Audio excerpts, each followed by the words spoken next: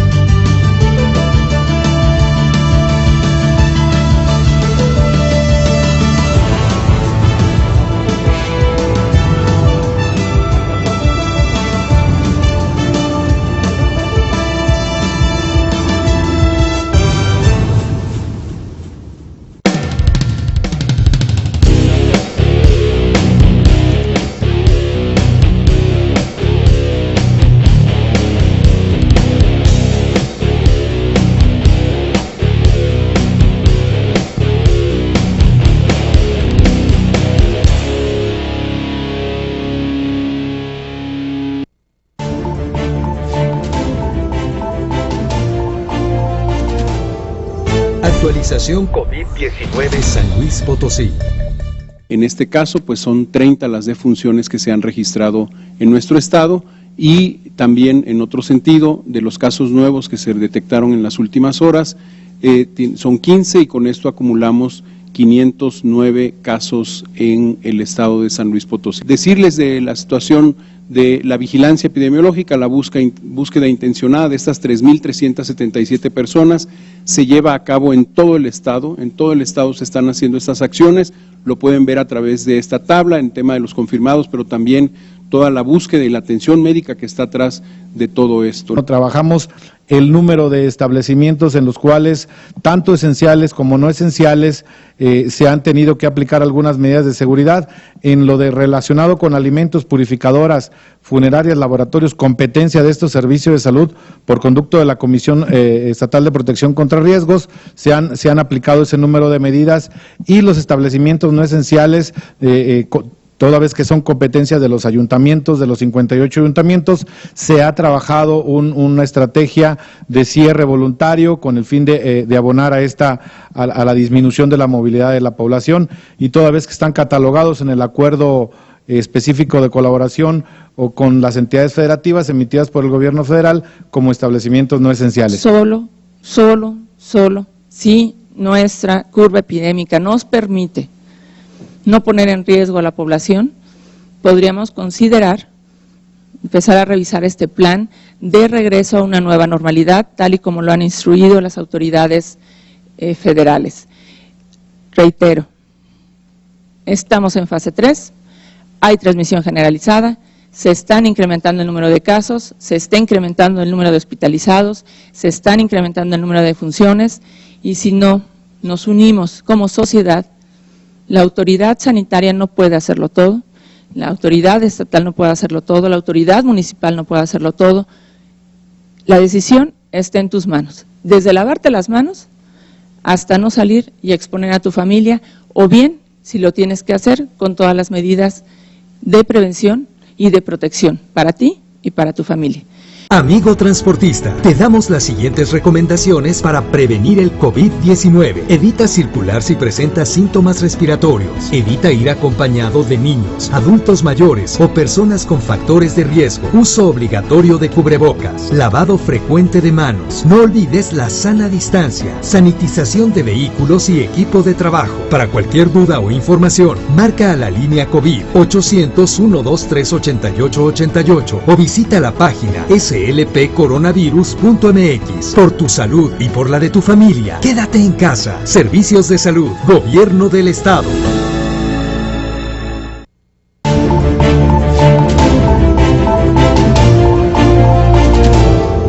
Actualización COVID-19 San Luis Potosí.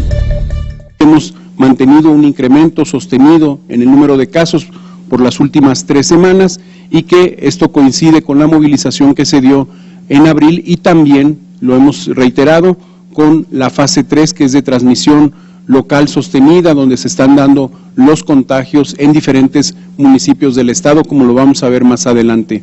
Y bueno, nuevamente tenemos que dar a conocer, en este caso, 2 lamentables defunciones, nuevamente y por tratarse de personas, de familias que están siendo afectadas, pues por parte de los servicios de salud expresamos nuestras más sentidas condolencias a estas 2 familias que suman ya 32 las que han sido afectadas por esta enfermedad del coronavirus, y de los casos pues señalamos nuevamente 30 casos nuevos que al incorporarse al resto suman 539 casos en nuestro estado. El día de ayer se registraron 2 casos en Galeana, Nuevo León, que es colindante con Vanegas, de tal manera que al día de hoy no tenemos ya ningún municipio de La Esperanza, en razón de que repetimos cuáles son los criterios para poder evaluar estos municipios. El primero es que no tengan casos registrados, segundo, que no tengan transmisión activa en los últimos 28 días, tercero, que no tengan municipios vecinos. Vanegas pasa ya a descartarse como un municipio de La Esperanza en razón de que la movilidad nos podría dar una posibilidad de transmisión.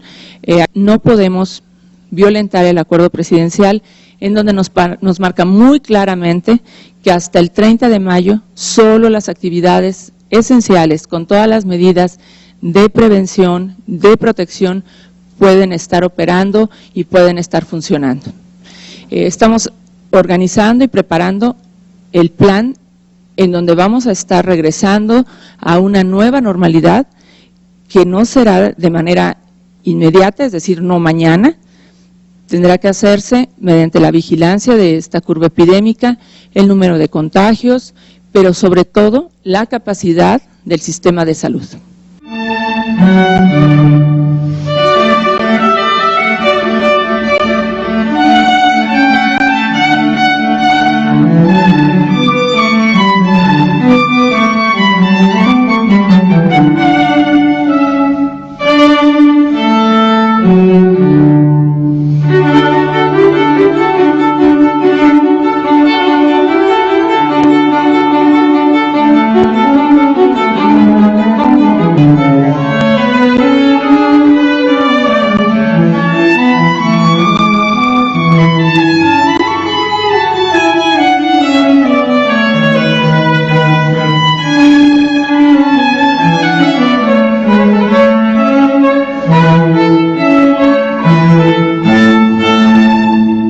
Disfrutan la música. Y por favor, quédense en sus casas.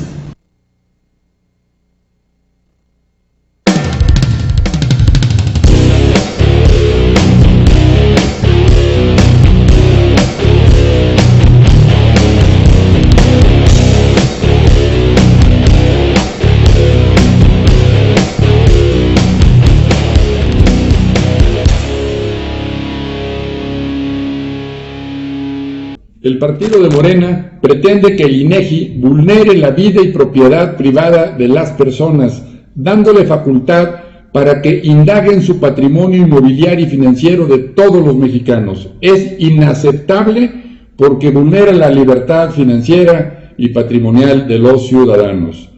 A través del Congreso del Estado buscaremos el apoyo de las y los legisladores para rechazar que se violente la privacidad de los datos para acceder a las cuentas de servicio de administración tributaria y toda la información financiera y bursátil de las personas. Solicitaremos además al Instituto Nacional de Transparencia, Acceso a la Información y Protección de Datos Personales, posicionarse ante la propuesta de Morena y de esta manera, pues garantizar que no se permitirá violentar la protección de datos personales de todos los mexicanos. Esa propuesta no es más que una intención de Morena para crear distractores, cómo utilizar al INEGI para vigilar los datos y los bienes, propiedades e ingresos de los ciudadanos, mientras que la falta de actuación frente a la crisis del COVID-19 afecta a miles de mexicanos que siguen contagiándose, perdiendo su trabajo e ingresos. Su amigo Rolando Gerber. La iniciativa que presenté es para aplazar el inicio del proceso electoral hasta el 30 de septiembre del presente año. Debido a la crisis de salud en la que vivimos, podría llevar más tiempo de lo que establecen los especialistas de salud regresar a la normalidad. Considero que el atrasar este proceso también significa un ahorro importante de recursos para las autoridades electorales. Este tiempo de aplazamiento también le permite a los partidos políticos reorganizar los procesos internos.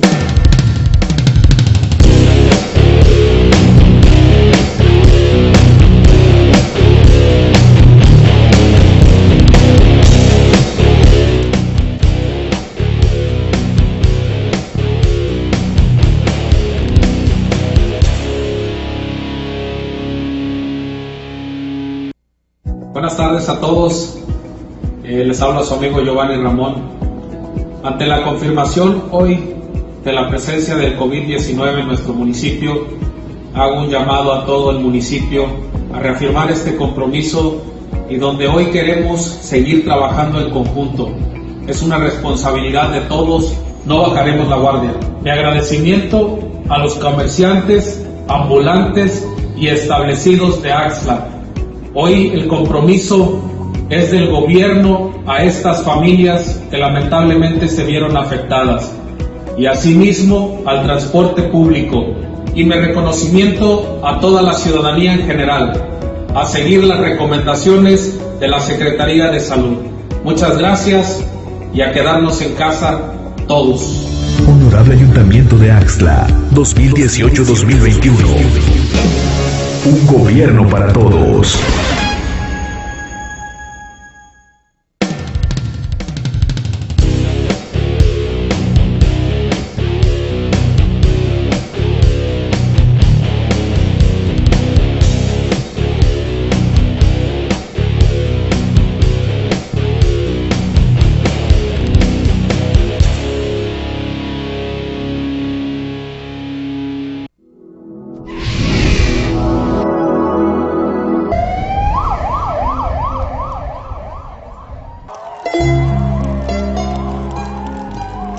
Gracias a esos héroes anónimos que luchan nuestra batalla a costa de su salud, de su tiempo y hasta de sus vidas.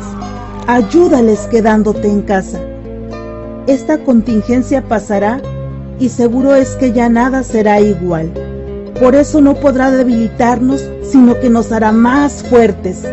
El mundo necesita un cambio de cultura y de forma de vivir y de convivir con la naturaleza y con nuestros hermanos.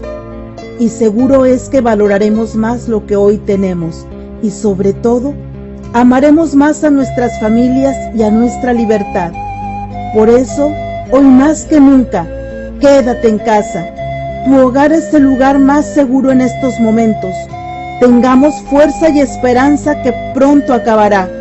Y cuando al fin podamos vernos, será el momento de saludarnos y de abrazarnos, de ser más solidarios, de ser más sensibles y más humanos.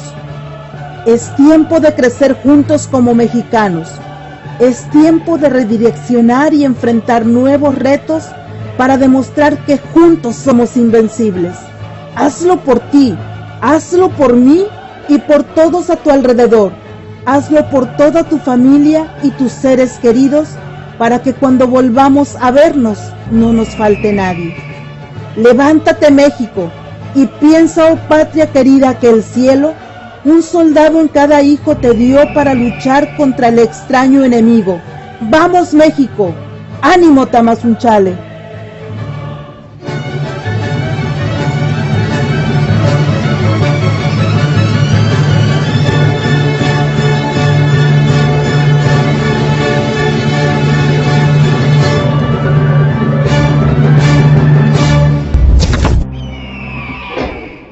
Tecnológico Nacional de México. Excelencia en educación tecnológica.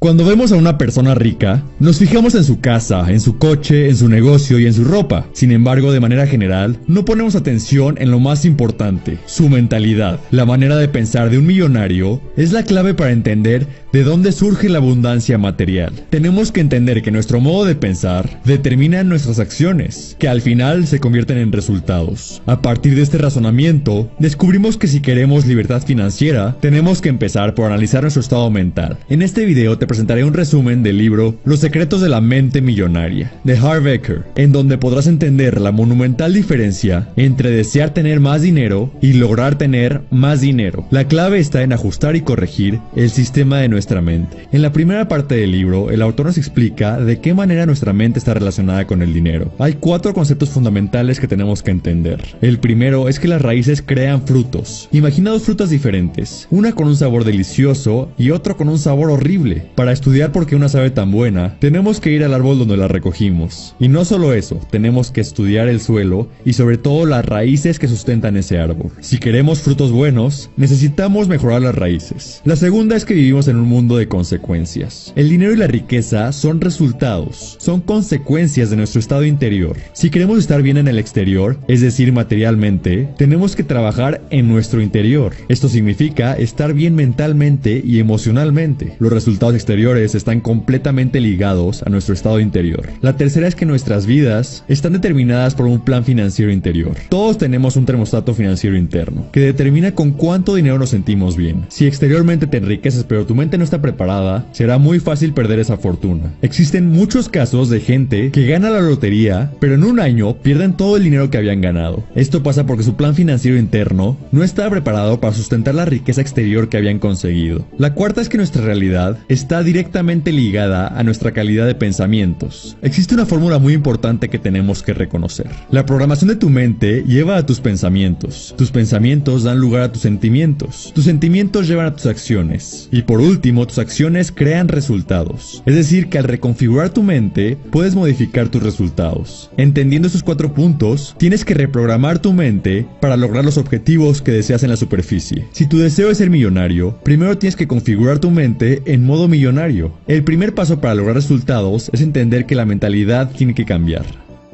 Antes de poder reprogramar tu mente, tienes que entender cómo fue programada en un principio. Existen 3 factores que afectan la manera en la que piensas. Cada creencia que posees, y en este caso tus creencias financieras, fueron programadas por 3 influencias. La primera influencia es la programación verbal. Todo lo que escuchamos en nuestra infancia sobre el dinero se quedó incrustado en nuestro subconsciente. Tu mente absorbió todo y ahora opera tus finanzas bajo estos modelos. La segunda influencia son los ejemplos de referencia. El ser humano aprende mucho a través del ejemplo. Tendemos a comportarnos como nuestros padres se comportaron. Piensa en cómo trataron tus papás el dinero cuando eras joven. ¿Qué decían? ¿Cómo lo utilizaban? Tu infancia fue determinante para tu estado financiero actual. Piensa qué tipo de comportamiento financiero heredaste de tus padres. Y la tercera influencia son los incidentes concretos. Las experiencias que tuviste en tu desarrollo influencian mucho tus creencias. Si asocias el dinero con una experiencia negativa en tu vida, probablemente tengas problemas en generar o conservar dinero. Tu relación con el dinero está profundamente entrelazada con tus experiencias de vida. Estas 3 influencias marcaron el principio y desarrollo de tu actual manera de pensar. Tus vivencias han modelado la mente financiera que posees. Sin embargo, el cambio es posible y está al alcance de aquellos que quieren reprogramar su mente para que ésta les sirva a ellos y no contrariamente. Primero que nada, existen 4 etapas que tienes que recorrer para analizar tu plan financiero interior actual. Es importante que reconozcas en dónde estás parado y verifiques el estado de tu mente financiera. El primer paso para reconocer la configuración de tu mente es estar consciente de tus pensamientos. Esto significa que observes y examines el tipo de mente que tienes actualmente. Estudia todos tus componentes psicológicos, tus pensamientos, tus deseos, tus creencias, tus hábitos y tus acciones. Toda esta información es extremadamente valiosa para saber dónde estás. El segundo paso es comprender el origen de esta manera de pensar. Reconoce que estos pensamientos no son parte esencial de tu ser, no están integrados a tu verdadera identidad y por lo tanto puedes estudiar de dónde salieron, qué influencia colocó en tu mente esos pensamientos. El tercer paso es desasociar nuestras creencias limitantes. En el momento en que reconoces que la manera de pensar es algo exterior a ti, puedes decidir si conservar o desechar esa creencia. Cuando creas una separación entre tu esencia y tus creencias, tú puedes elegir las que deseas para para seguir creciendo como persona y tirar a la basura las que no te sirven. El cuarto paso es crear una declaración. Al final, si deseas hacer un cambio, tienes que expresar oficialmente la intención que tienes. La declaración es una frase positiva que dices en voz alta de manera clara y convincente. La intención es que irradies a tu mente subconsciente con una penetrante voz que llegue a lo más profundo de tu ser. Estos 4 pasos nos ayudan a reconocer el estado actual de nuestra mente. Entenderás de qué manera está configurada, pero si los resultados actuales no te gustan, tendrás que cambiar toda la configuración. Si quieres obtener mejores resultados, lo primero que tienes que hacer es ajustar tu plan financiero interior. De esta manera, todo el sistema con el que trabajas cambiará. Cambiarán los pensamientos, los sentimientos, las acciones y por lo tanto los resultados.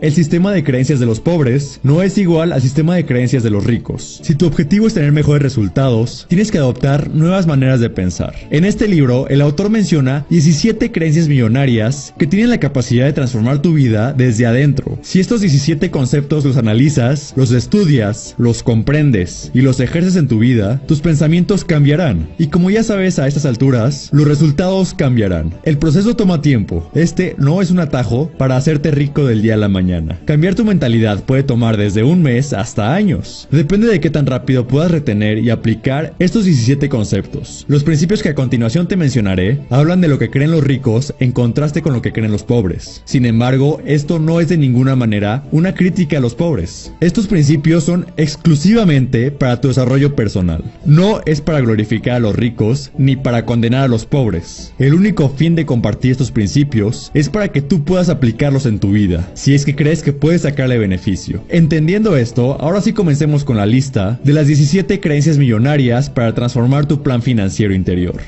1. La gente rica piensa, yo creo mi vida. La gente pobre piensa, la vida es algo que me sucede. 2. La gente rica juega al juego del dinero para ganar. La gente pobre juega al juego del dinero para no perder. 3. La gente rica se compromete a ser rica. La gente pobre desearía ser rica. 4. La gente rica piensa en grande, la gente pobre piensa en pequeño. 5. La gente rica se centra en las oportunidades, la gente pobre se centra en los obstáculos. 6. La gente rica admira a otra gente rica y próspera, a la gente pobre le molesta a la gente rica y próspera. 7. La gente rica se relaciona con personas positivas y prósperas, la gente pobre se relaciona con personas negativas y sin éxito. 8. La gente rica está dispuesta a promocionarse ella misma, la gente pobre piensa de forma negativa en lo referente a la venta y a la promoción. 9. La gente rica es más grande que sus problemas. La gente pobre es más pequeña que sus problemas. 10. Los ricos son excelentes receptores. Los pobres son malos receptores. 11. Los ricos eligen que se les pague según los resultados. Los pobres eligen que se les pague según el tiempo empleado. 12. Los ricos piensan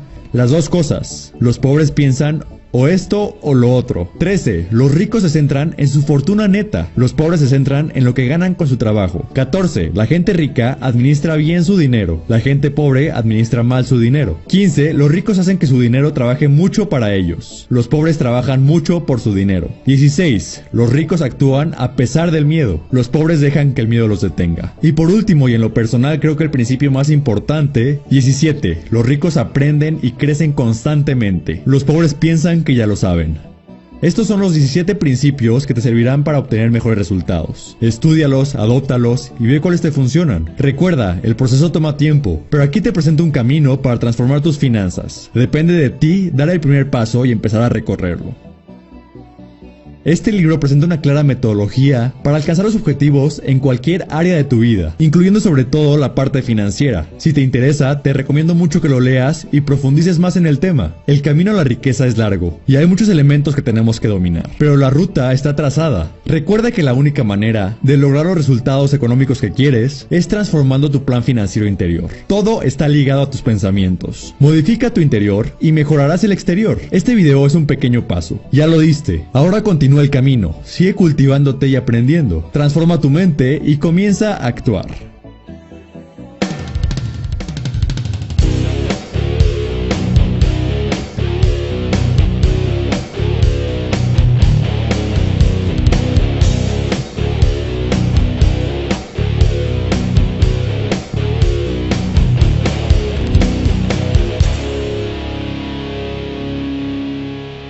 Entramos en la fase 3 y es importante tomar acciones complementarias para seguir previniendo la transmisión del COVID-19. Se recomienda el uso obligatorio de mascarilla o cubrebocas en empresas o dependencias gubernamentales que lleven a cabo actividades esenciales, como lo son en el sector financiero, servicios de mensajería, mercado de alimentos, sector empresarial y en el sector energético. Por tu salud y por la de tu familia, quédate en casa. Servicios de salud, Gobierno del Estado.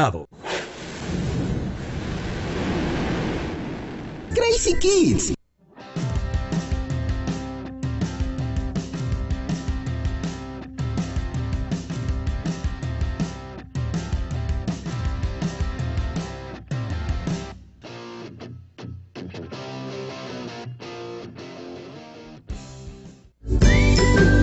Renta de inflables y animación de fiestas. Crazy Kids, el pequeespacio de la diversión. En Crazy Kids te ofrecemos para tu fiesta lo más nuevo en renta de inflables, juegos lúdicos e interactivos y animación con juegos y dinámicas. Contáctanos al 483-107-1592 y elige el paquete que más te guste. O si lo prefieres, arma el tuyo. Es muy fácil. Elige desde un inflable. En Crazy Kids garantizamos la diversión de tus invitados. 483-107-1592 y búscanos en Facebook como Fiestas Infantiles Crazy Kids.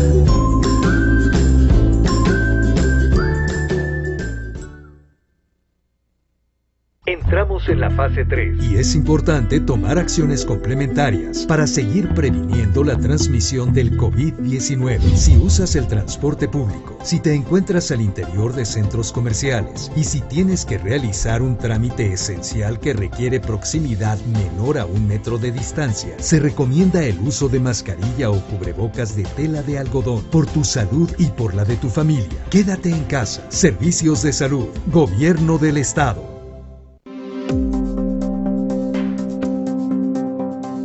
Operativo de sanitización. El Ayuntamiento de Tamazunchale, que preside Toño Costa, refuerza las acciones de prevención con el operativo de sanitización en el municipio a fin de disminuir los riesgos de contagio por COVID-19 por contacto en las áreas públicas. Estas acciones de sanitización se están llevando a cabo de forma permanente durante el tiempo que sea necesario en áreas públicas, al mismo tiempo que se continúa exhortando a la ciudadanía a permanecer en sus hogares durante esta contingencia. Un gobierno honesto garantiza progreso. Llegó la hora de elegir una carrera, conocer nuevos amigos y vivir una increíble experiencia llena de retos, diversión y aprendizaje de primer nivel. En el Instituto Tecnológico Superior de Tamazunchale te ofrecemos 4 ingenierías con excelente proyección para trabajar en México y en el extranjero. Ingeniería ambiental. Resuelve los problemas ambientales que enfrenta nuestro planeta. Ingeniería industrial. Aprende cómo optimizar al máximo los recursos de cualquier empresa. Ingeniería en gestión empresarial. Diseñas las estrategias de las compañías del mañana. Ingeniería en sistemas computacionales. Desarrolla los sistemas que deslumbrarán al mundo. Construye tu futuro con la mejor oferta educativa de la región, integrando actividades deportivas y culturales. Además, vive la experiencia de representar al tecnológico viajando a otras partes del mundo. Tú tienes el poder de elegir cómo quieres transformar al mundo. Instituto Tecnológico Superior de Tamazunchale. Decide tú. Decide TEC. Amigo transportista, te damos las siguientes recomendaciones para prevenir el COVID-19. Evita circular si presentas síntomas respiratorios. Evita ir acompañado de niños, adultos mayores o personas con factores de riesgo. Uso obligatorio de cubrebocas. Lavado frecuente de manos. No olvides la sana distancia. Sanitización de vehículos y equipo de trabajo. Para cualquier duda o información, marca a la línea COVID 800-123-8888 o visita la página slpcoronavirus.mx. Por tu salud y por la de tu familia, quédate en casa. Servicios de salud, Gobierno del Estado.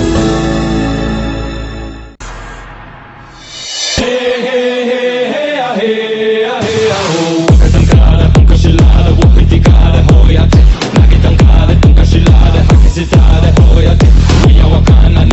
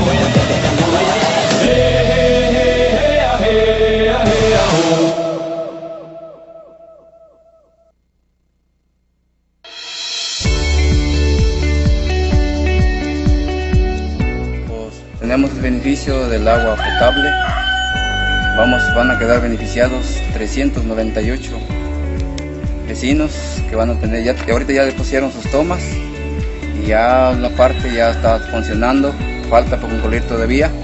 Ahorita tenemos creo que 50 o 60% que nos dieron y falta lo demás para completar lo que es la obra completa. Cártamos de 100,000 litros cada uno para que abastece bien el agua de los 398 vecinos que van a quedar beneficiados. Pues con eso estamos agradecidos de la obra que nos dio el gobierno, tanto municipal, tanto federal. Pues gracias al presidente municipal, gracias a él que tenemos ya el beneficio para la comunidad, tenemos para todas las familias que están beneficiadas de la comunidad de Tlaque. Gracias al presidente Antonio Costa Medina, gracias a su apoyo, lo agradecemos mucho y también toda la gente está agradecido que tenemos el beneficio del agua potable. Un gobierno honesto garantiza progreso. Bueno, hablemos ahora de la educación, que es un derecho de todos los mexicanos y que con esta contingencia ha visto modificada la forma de enseñar, de aprender y lo que implica también varios retos en el sistema educativo de nuestro país. Para hablar de este y otros temas, me da muchísimo gusto saludar al doctor Ángel Díaz Barriga, quien es doctor en Pedagogía por la Facultad de Filosofía y Letras y quien ha sido profesor de esta universidad por muchos años. Doctor, buenas tardes, un gusto que esté con nosotros en este espacio de la UNAM Responde. Rosa, muy buenas tardes al auditorio. Doctor, pues comencemos. Una de las primeras acciones cuando se dio a conocer este tema de la contingencia y de la pandemia en nuestro país fue precisamente el de la educación y bueno, fue a partir del 23 de marzo, que las escuelas se cerraron. ¿Cuál es el panorama de la educación hoy en día en nuestro país en relación con esta contingencia sanitaria? Mira, yo diría que es la primera ocasión en nuestra historia y probablemente en la historia mundial que se suspenden masivamente las actividades escolares. Te daría un dato nada más, 1.370 millones de estudiantes, esta pandemia los ha llevado a su casa y los ha dejado sin escuela. Entonces, todos los sistemas educativos, y ya refiriéndome al sistema educativo mexicano, estamos en la necesidad de preguntarnos qué es lo que tenemos que hacer frente a la educación. Yo creo que no hemos hecho la pregunta adecuada, porque la pregunta que se ha hecho es cómo seguimos con los planes de estudio, o cómo seguimos con las clases, o cómo seguimos trabajando con los alumnos y les pedimos que sigan haciendo una carpeta de experiencias o que tengan contacto con sus maestros, etcétera. Me parece que la pregunta tendría que ser otra. ¿Cuál es el papel de la escuela y hasta dónde la escuela no está cumpliendo su papel, se ha alejado de su papel? Porque la escuela tendría que ser el espacio ciertamente de formación y aprendizaje, pero donde el estudiante aprende lo significativo para su vida. Entonces, yo veo como un cierto error el decir que siga el plan de estudios como si no hubiera pasado nada. Ha pasado y ha pasado mucho. Y lo que ha pasado es, hay una pandemia global. Entonces, pandemia global podría convertirse en objeto de estudio y de aprendizaje de todas las ciencias y de todos los grados que estudian los estudiantes en la escuela. Efectivamente, doctor, esta pandemia obliga a replantear las formas de aprender y de enseñar, y en este sentido me gustaría que nos hablara también de las posibilidades, de las herramientas y de la efectividad de tener una educación a distancia, porque es posible y sucede en algunos grupos, tanto en nuestro país como en distintos países y en universidades importantísimas. Entonces, ¿le parece si hablamos de este tema, de cuáles son las posibilidades y las herramientas, porque también hay ventajas en esta transformación? Bueno, primero yo diría, en el caso mexicano estamos trabajando con 3 estrategias.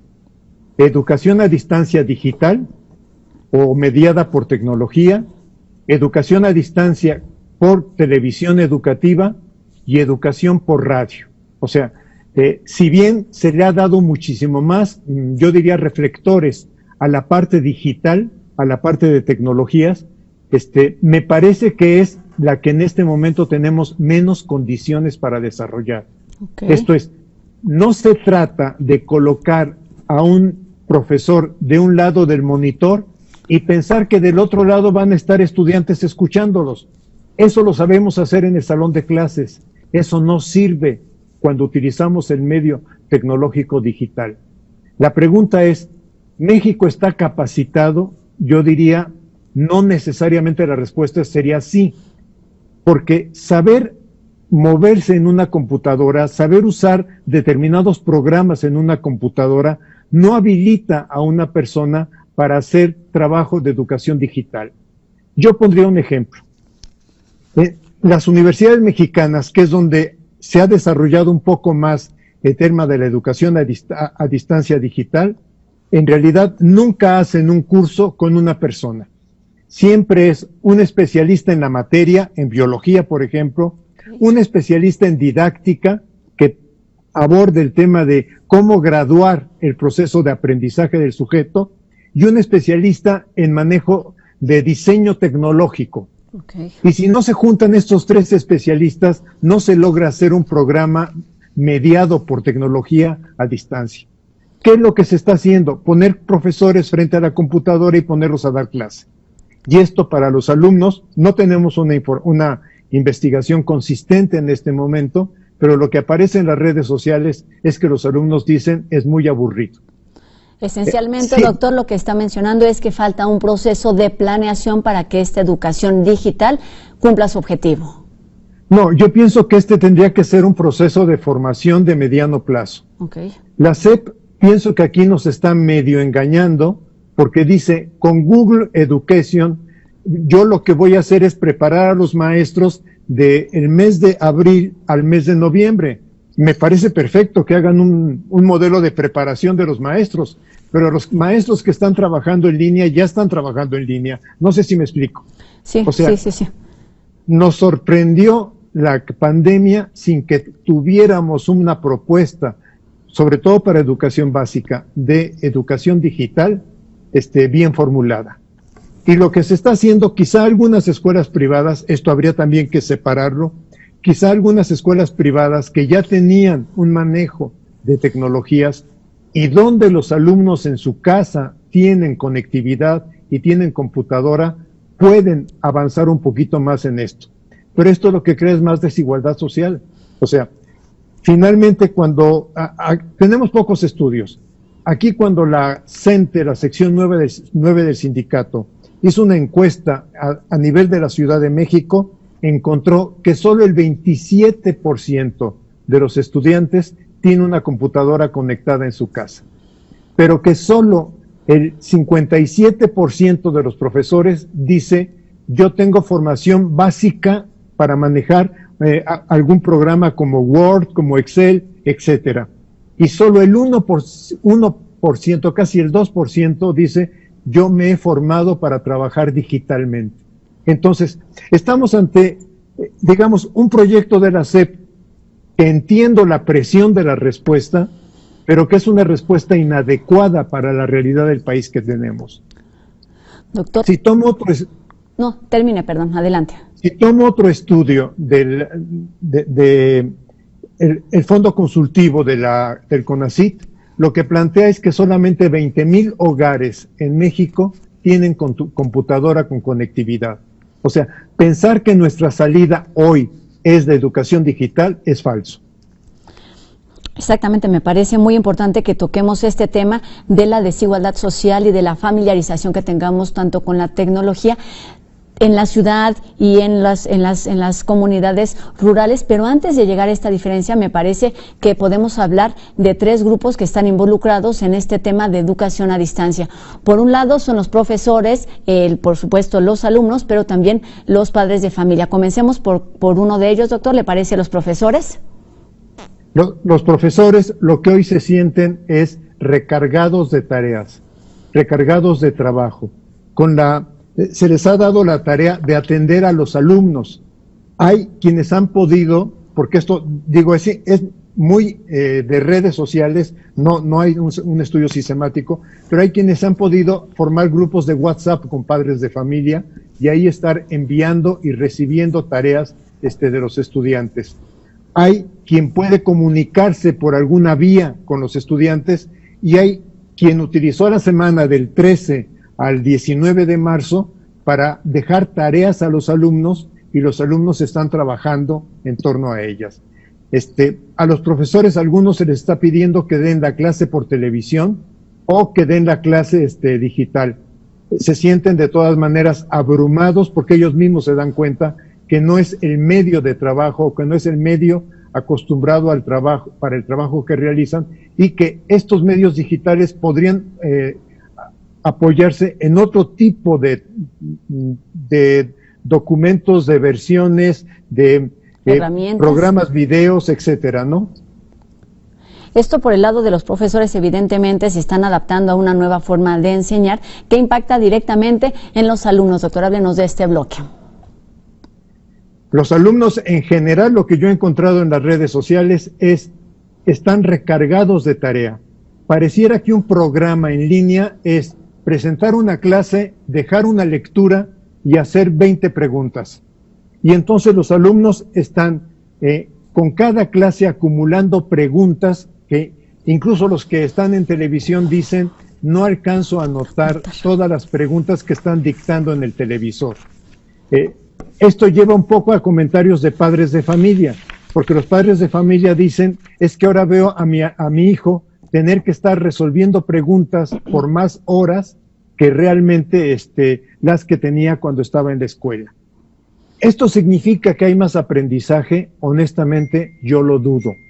Yo lo dudo porque en este contexto, en realidad, la preocupación de la autoridad educativa ha sido cumplir con el plan de estudios. Y pienso que lo que tendría que haber hecho la autoridad educativa sería impulsar un trabajo de proyectos bajo la pregunta, ¿cómo surgió el COVID? ¿Qué significa el COVID? ¿Qué problemas ha creado a nivel económico, a nivel de relaciones sociales, a nivel de relaciones familiares, a nivel de ciencia? Entonces, decimos que en la escuela los alumnos aprenden ciencia, geografía, historia, español y que aprenden matemáticas. Podríamos mostrar que si la SEP hubiera armado un gran proyecto que se podría llamar Pandemia COVID, las casas podrían trabajar, los hogares podrían trabajar, el niño que está en tercero de primaria con el niño que está en primero, segundo de secundaria, con diferentes niveles, pero en un mismo proyecto. No sé si me explico. Sí, o sea, claro que sí, las preguntas de ciencias que se tendría que hacer el niño de tercero de primaria son más simples que las preguntas de ciencias que se tendría que hacer el niño que está en segundo de secundaria. Pero los dos hermanos estarían trabajando en conjunto y el proyecto sería un proyecto de hogar en donde podrían consultar lo que puedan en redes, lo que puedan con sus adultos, lo que puedan que capten en radio o en televisión. Y cuando digo en ciencias, bueno, para geografía sería una cosa excelente, o sea, cómo ha impactado los diferentes países, cuál es la población, cómo afecta la economía de esta población. Para historia también da para muchísimos temas. ¿Cuántas pandemias ha habido en el mundo? ¿Por qué esta pandemia es distinta a otras pandemias? Para matemáticas, para aritmética, un niño de tercero de primaria puede hacer operaciones básicas bajando números de cuántos enfermos, etcétera. Un estudiante de secundaria probablemente tenga que hacer trabajos más estadísticos o incluso conversión de temas aritméticos a temas algebraicos. O sea, yo pienso que faltó creatividad aquí por parte de la autoridad educativa para pensar que, lejos de pensar que el plan de estudio se debe cumplir, lo que habría que pensar es, la pandemia es una oportunidad distinta de aprendizaje. Pues con esto nos quedamos, doctor, y cerramos este primer bloque de entrevistas. Seguiremos platicando con usted después de una pausa aquí en la UNAM Responde sobre todas estas implicaciones y los retos que implica el coronavirus para la educación en nuestro país. Así que agradezco que nos permita unos minutitos y ahora hacemos una pausa aquí en la UNAM Responde y seguimos aquí con la voz de especialistas universitarios. Retomamos la conversación con el doctor Ángel Díaz Barriga, investigador emérito del ISUE, Instituto de Investigaciones sobre la Universidad y la Educación. Doctor, pues hablábamos antes de la pausa de las dificultades que están teniendo los distintos actores en el tema de la educación, que se están enfrentando a una nueva forma de enseñar y de aprender con esta pandemia. Me gustaría que retomáramos este tema hablando justamente del tema central de la educación, que es el aprendizaje. ¿Cómo lograrlo? ¿De qué herramientas se pueden echar mano ahora estando en esta contingencia para que se puedan seguir implementando aún después de regresar a la vida cotidiana en las escuelas, doctor? Mire, yo veo dos conflictos en este momento. Hay un conflicto que impulsa mucho la autoridad educativa en términos de que el curso escolar se debe cumplir. Y entonces se dice, llevábamos el 73% del curso antes de que la suspensión, estamos siguiendo actividades que nos van a permitir, con la extensión del calendario a julio, cumplir con el plan de estudios. Yo creo que aquí está preocupado, hay una mayor preocupación por un plan de estudios que por un aprendizaje. A ver, ¿qué quiero decir?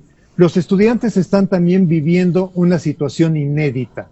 Los estudiantes están reencontrándose con muchas situaciones en su entorno familiar. Un presupuesto de la educación, un presupuesto de la escuela, es que la escuela acerca al alumno a los problemas que tiene en su entorno.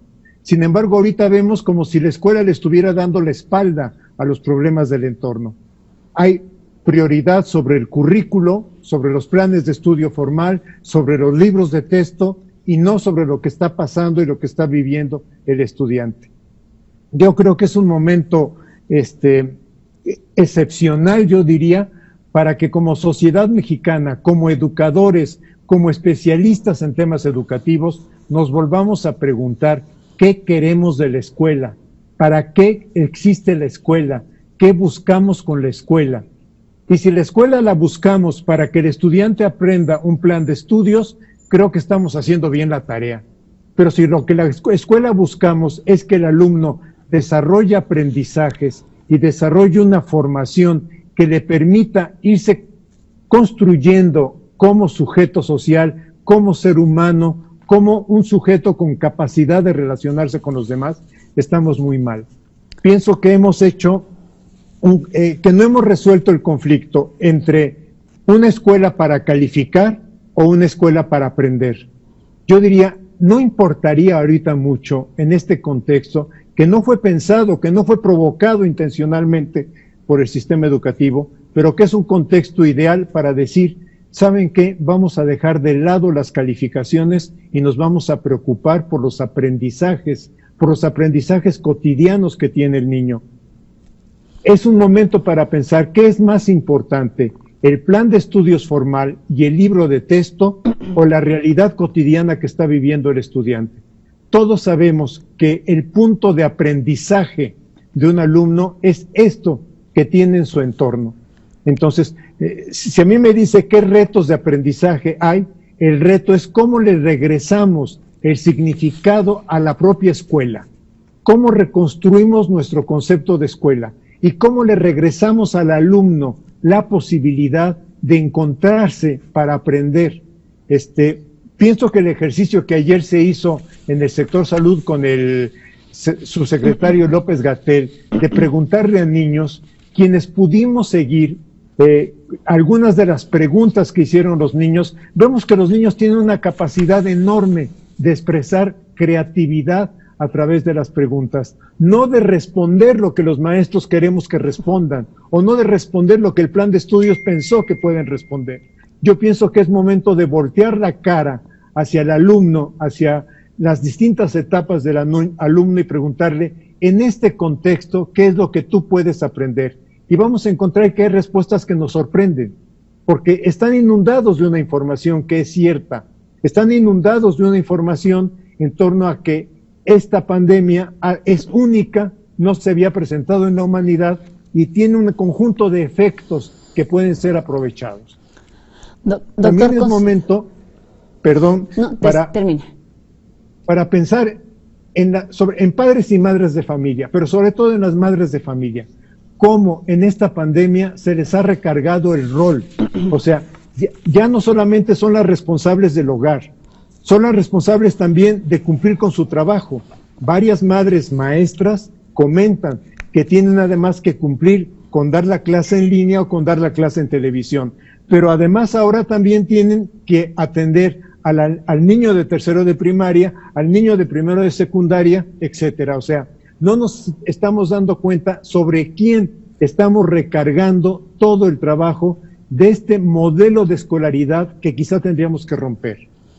Doctor, pensamos entonces en los tres actores, tanto profesores como alumnos, como padres de familia, saturados por distintas actividades, dada la contingencia y la situación de crisis que nos tiene fuera de nuestra vida cotidiana. Teniendo este contexto y además considerando la experiencia que usted tiene dentro de los estudios de la universidad y de la vida académica, ¿cuáles podrían ser como los datos o los retos más urgentes, los temas, más que retos, cuáles son esos temas urgentes a considerar durante esta etapa para que no sea justamente un tiempo perdido, sino sea como un tiempo de reflexión y de aprendizaje? ¿Cuáles son esos temas en los que se debieran ocupar las autoridades, sí, del país, pero también la comunidad educativa en todos los niveles?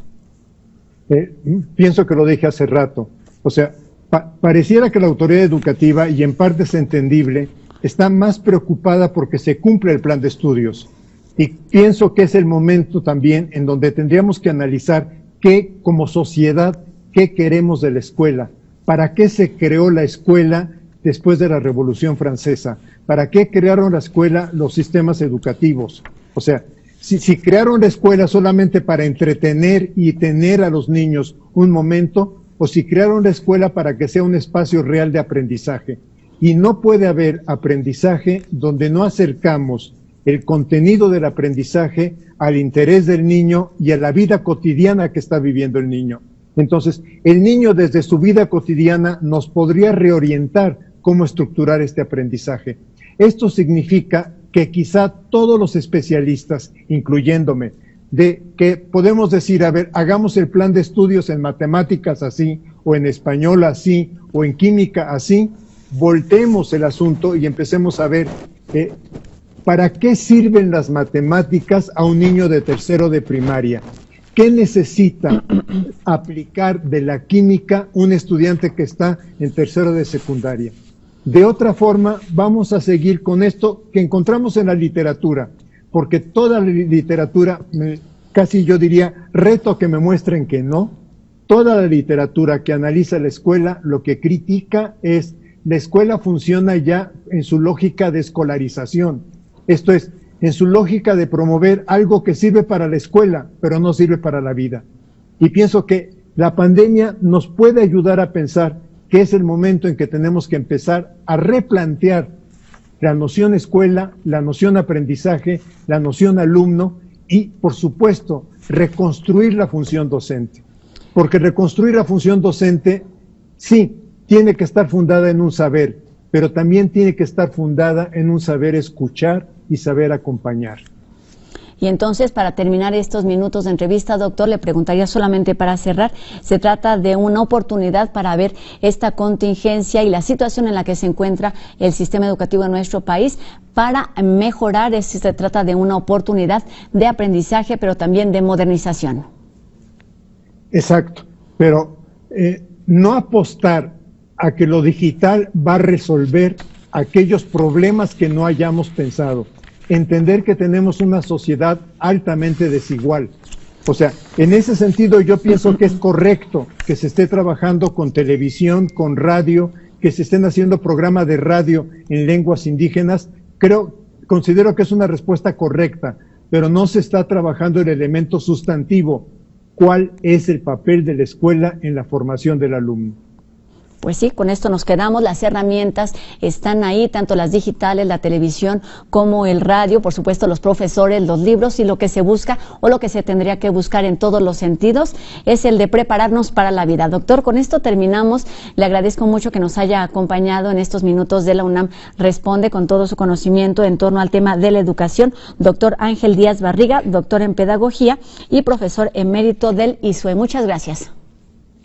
Rosa, un gusto haber estado con usted y con su audiencia. Pues muchísimas gracias y esperamos que todos hayamos tenido un poco de información y claridad en torno a este tema de la educación y el coronavirus.